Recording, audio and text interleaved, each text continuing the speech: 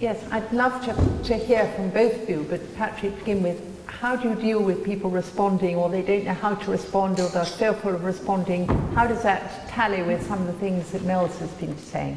Well, I'm pleased that Mel said that. There's a couple of things I'd like to try and get off my chest, if I can. One is that Sandy said when she does her work, which I think shows there's a tremendous exuberance and excitement. When I start painting, I'm extremely nervous and tense. I don't feel wildly excited at all. I'm often, just obsessively concentrating on trying to make a whole statement, so that when you look at one of my paintings, it doesn't separate off into various parts. So that's a personal obsession, that the painting has to cohere as a whole. Then a much more difficult point for me, being human, as Mel says, is that I have very strong political and personal beliefs, which I would love it if my paintings could express them in any way. And you probably all know the filmmaker Ken Loach.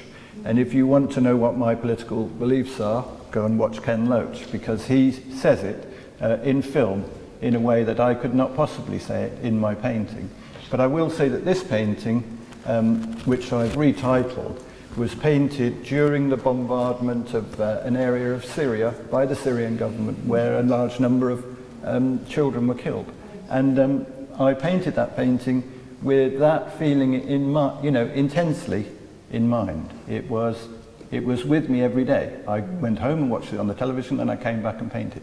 And yet I didn't want to. I've titled it Homs, which is the area of Syria that was being bombed.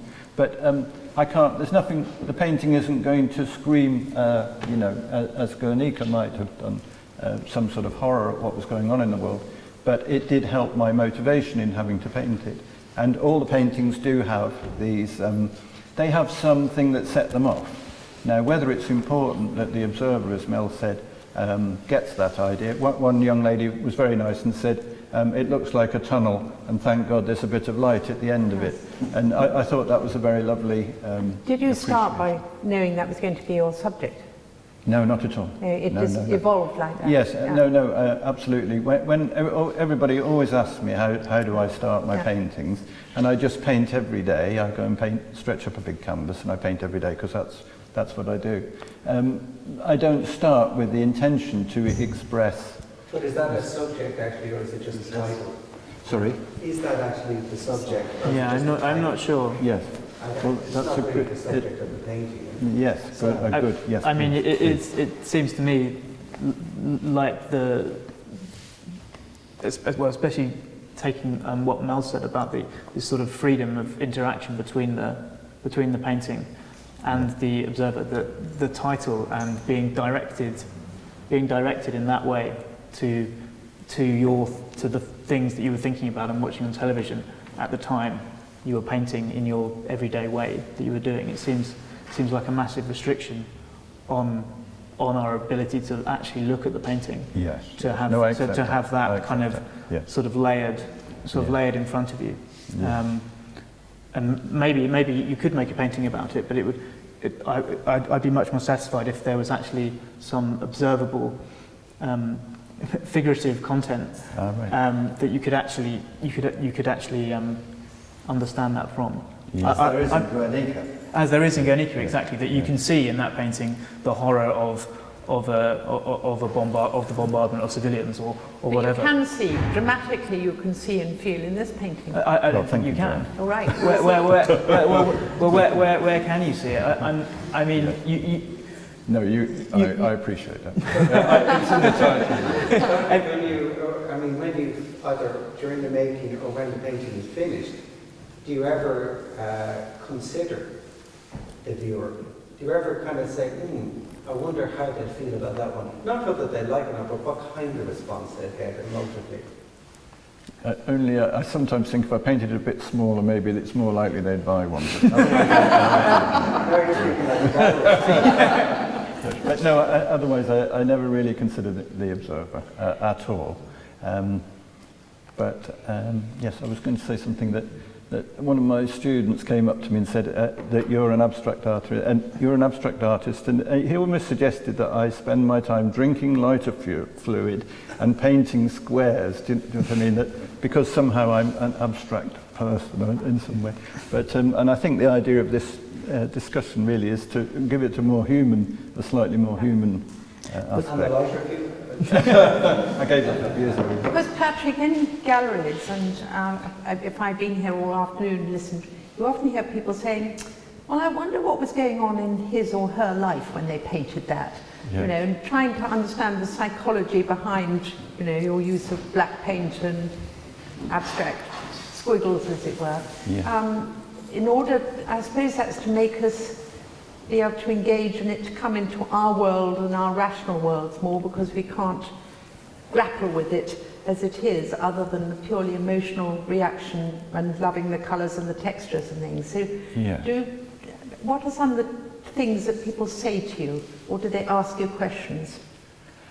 Well, I mean, but obviously I believe in the language. You know, I believe the language communicates. I think what bothers me slightly... The language of paint. Of painting, my language, Yeah. and I think the language that I share with a lot of other artists is extremely vivid and able to be... But I am slightly worried, because I've been watching people come through the exhibition all day, and they come through... You know, some people do really go up to the painting and look closely at or stand back. But a great deal of it, the flow of people through here is a general flow from the front to the back, and they wander through and they look at it and go past it. And if you do that, you're just not going to get it at all, because you're bombarded outside with television and other media which are, you know, hit you in the eye really hard with a lot of narrative and a lot of imagery. And and painting, unless you look at it for a while and let it, you know, seep into you almost. And I think the seeping is a good analogy. That's how it works on you. It seeps into you. And you're not going to get it in 5 minutes. You're going to get it over a period of time, but you're not which is going problematic. to get what you think they're going to get. If you think they're going to get something of your anger about OMS or whatever. Yes, that's You possibly mentioned Loach, Ken Loach. Yes. And we've also mentioned Guernica. So these are references we all share. The thing about Ken Loach's films is that they are fictions which embody human actions that are visible. They are figurative in that sense. They are narrative. Now, the point about abstract painting, Patrick, is that it can't be narrative. Yeah, It can't tell a story in that way. I had no idea, to tell you the truth. I think I looked at the title and because of your execrable writing, I thought it actually said home. It does look... Is that what home is like? Then home could mean many, many things. But it's like, you know, the best erotic poems aren't written in bed. They're written in the study. And they're written using the materials available to the poet. If you paint, it doesn't mean that painting and art can't engage politically. And I think in a very deep way, abstract painting is political, but not in the way that you're suggesting. Guernica can deal with it. This is what the point that you were really making. Yeah, because it shows something. Yes, in a it direct shows way. Something. You see the horse, you see the woman, you see the child, you see the light. It has a title that is directly, like Homs, directly referential to a thing that was known, and it has scale. That's also terribly important. It also has a lot of abstract qualities as it happens, and for a long time people thought anything that wasn't absolutely, purely representational was abstract, and we've moved away from that now because it became very confusing. But there are these symbolic, we can call them symbolic figures, we can call them referential figures. We know there's anger, we can feel the anger, and we also know it's historical. This is what I mean, we can't go to anything without history. We all carry our history with us, and we all know what the history of that is, and it becomes a universal symbol, really, that painting, for the 20th century, and now, alas, for the 21st century.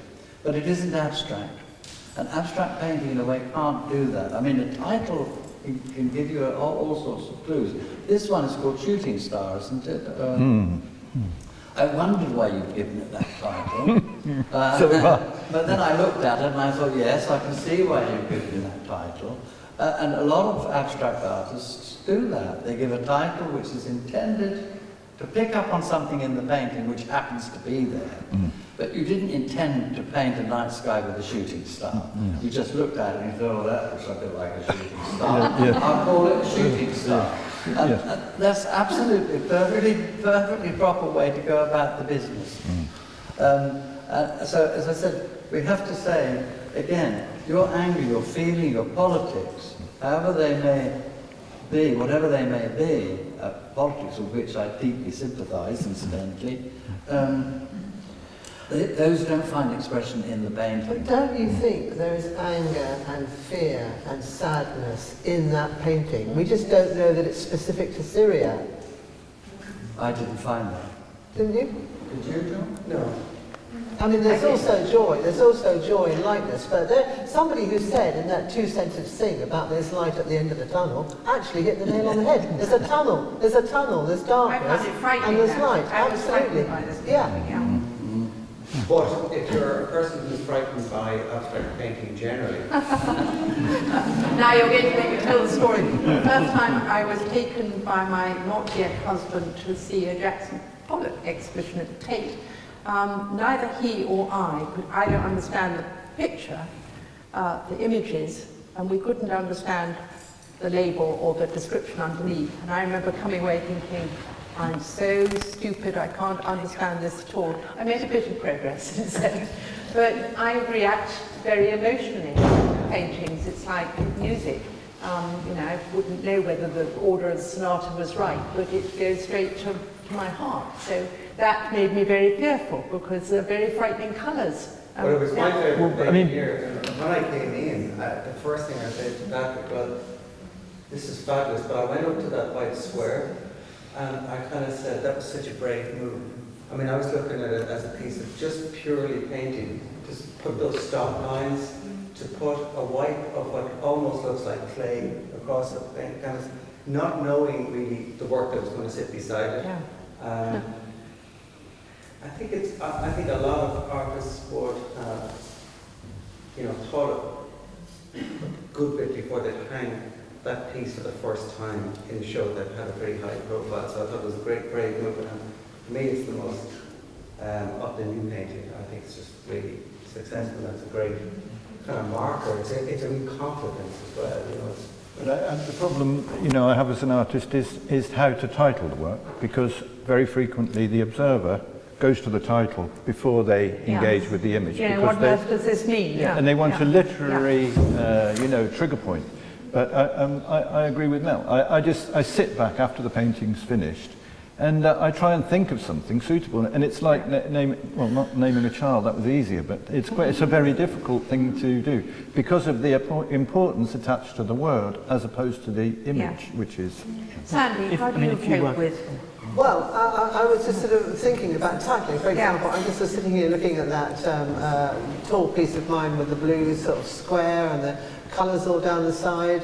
I'm not thinking of anything other than, I had a show in America last year which was called Visual Jazz, and I think that actually, my work is, when I'm playing as I was with that piece, it is like it's like what I imagine jazz musicians feel. I'm playing about with sound and structure and colour and balance and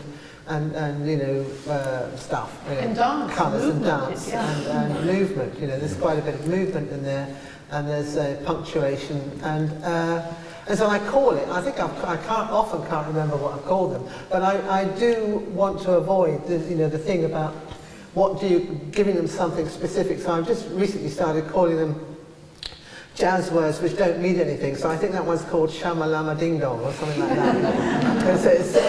Its title is the same language as relates to the language that the piece is in, and it's actually nothing of. sometimes I think that that piece is a standing painting. It's got a back and a front. You could see it as being figurative. It could be, you know, it's got the other side is different to the one that I can see now. So I don't know if it represents a person or represents some living thing. I have no idea. But you could say that it's got a black body. What does that mean? I don't know. I mean, the body's dark, and I was saying to somebody this afternoon that I feel that the clay is the body and the colours are the soul, and so that you know it's representing body and soul. All of that is in there. I don't know if that's helpful or relevant or not. And do you find that as people look at your work, whether it's your smaller work and your plates and your bowls beyond there and the other gallery, that they want to know what you had in mind and they want a name for it, or do they just want a name for it because they want to hand over the gold and it's useful to have a name? I don't think I've ever been asked that, actually. Right. I don't think they do want to know what I had in mind, or they just usually say things like, oh, it looks like you're enjoying yourself, or I don't think I ever have been asked what titles are. And I think with the pieces in the smaller room, a lot of which are functional and intended for use, you know, that is actually a doorway in for some people, you know. Even if they don't get the painting on the teapot, they might get the teapotness of the teapot and sort of approach it that way.